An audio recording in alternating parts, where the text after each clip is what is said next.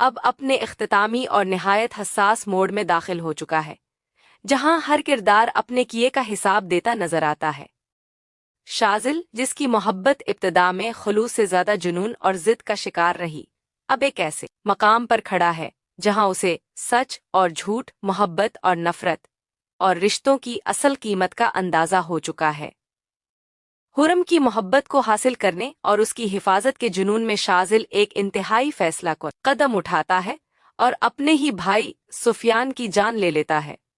سفیان وہ شخص تھا جو پس پردہ سازشوں کا مرکز رہا، جس نے خرم کی زندگی برباد کرنے کی کوشش کی اور شاذل کے جذبات کو بھی اپنے مفاد کے لیے استعمال کیا۔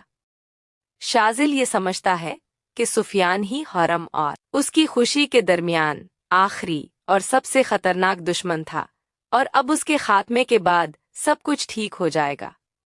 اسی یقین کے ساتھ وہ خرم کے پاس جاتا ہے اور اسے بتاتا ہے کہ اس نے اس کا آخری دشمن بھی ختم کر دیا ہے، اور جو کچھ اس کے ساتھ ہونے والا تھا اس کے پیچھے کوئی اور نہیں بلکہ سفیان تھا۔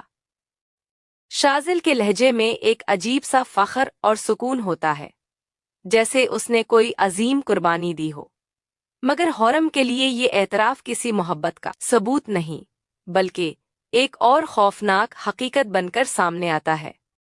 وہ شاذل کی آنکھوں میں دیکھ کر صاف لفظوں میں کہہ دیتی ہے کہ وہ اس کی کسی بات پر یقین نہیں کرے گی اور نہ ہی اسے معاف کر سکتی ہے، کیونکہ جو شخص محبت کے نام پر خون بہا سکتا ہے وہ اس کے لیے کبھی محفوظ نہیں ہو سکتا۔ خرم کے الفاظ شاذل کے دل میں اتر جاتے ہیں اور پہلی بار وہ خود کو مکمل طور پر شکست خوردہ محسوس کرتا ہے۔ وہ خرم سے کہتا ہے کہ وہ اس سے شادی نہیں کرنا چاہتا بلکہ وہ اس کی خوشی چاہتا ہے، اور دعا گو ہے کہ وہ اپنی زندگی نئے سرے سے شروع کرے۔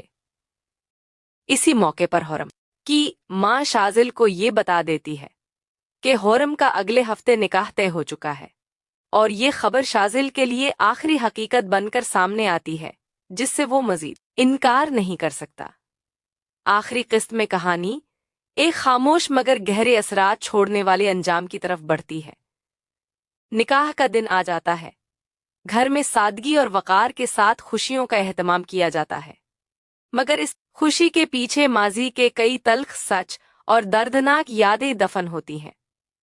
خرم نکاح کے لیے تیار ہوتی ہے، اس کے چہرے پر ایک عجیب سا سکون ہوتا ہے جو اس بات کی علامت ہے کہ اس نے آخرکار اپنی زندگی کے لیے درست فیصلہ کر لیا ہے۔ اس کی آنکھوں میں اب خوف نہیں بلکہ قبولیت اور حوصلہ نظر آتا ہے۔ فرحاد، جو ابتدا سے ایک ذمہ دار، سنجیدہ اور مثبت کردار کے طور پر سامنے آیا، خرم کے ساتھ ایک نئی اور محفوظ زندگی شروع کرنے کے لیے پرعزم دکھائی دیتا ہے۔ نکاح کی محفل میں شاذل بھی موجود ہوتا ہے، مگر اب وہ کہانی کا مرکز نہیں بلکہ ایک خاموش کردار ہے جو دور کھڑا سب کچھ دیکھ رہا ہے۔ اس کے چہرے پر پچھتاوا، آنکھوں میں نمی اور دل میں ایک ایسا درد ہوتا ہے جو الفاظ میں بیان نہیں ہو سکتا۔ جب نکاح کے الفاظ ادا ہوتے ہیں اور خرم اور فرحاد میاں بیوی بن جاتے ہیں تو شاذل آگے بڑھ کر انہیں دل سے دعائیں دیتا ہے۔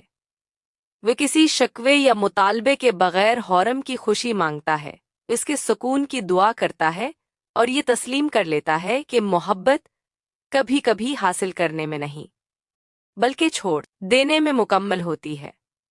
شاذل کا یہ عمل اس کے کردار کی مکمل تبدیلی کو ظاہر کرتا ہے، جہاں وہ جنون سے نکل کر قربانی اور قبولیت تک پہنچتا ہے۔